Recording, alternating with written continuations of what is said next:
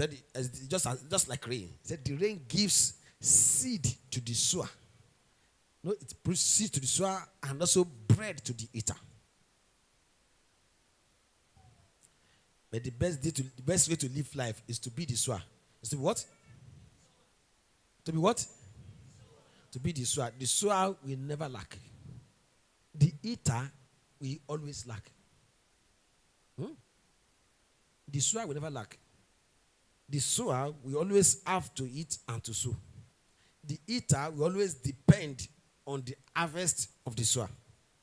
You don't get it?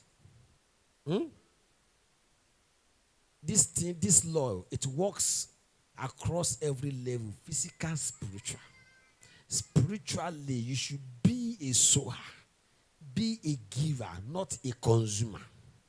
Be a producer, not a consumer.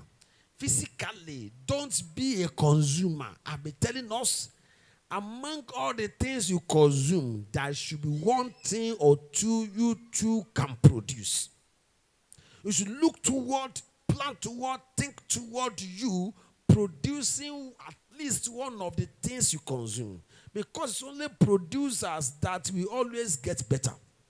Anyone who all he thinks in his life is how to consume will always be depend on others. His life cannot really move forward. But the one who thinks of how to give to people, what can I bless my generation with? What can I also bring out to help people? Such a person will always go forward. And ideas will always come to such a person. Resources will always come to such a person.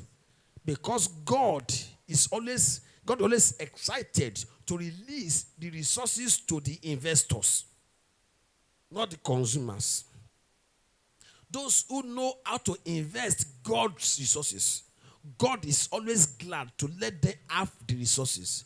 But those who always consume the resources, the Lord will have no reason to give them the resources.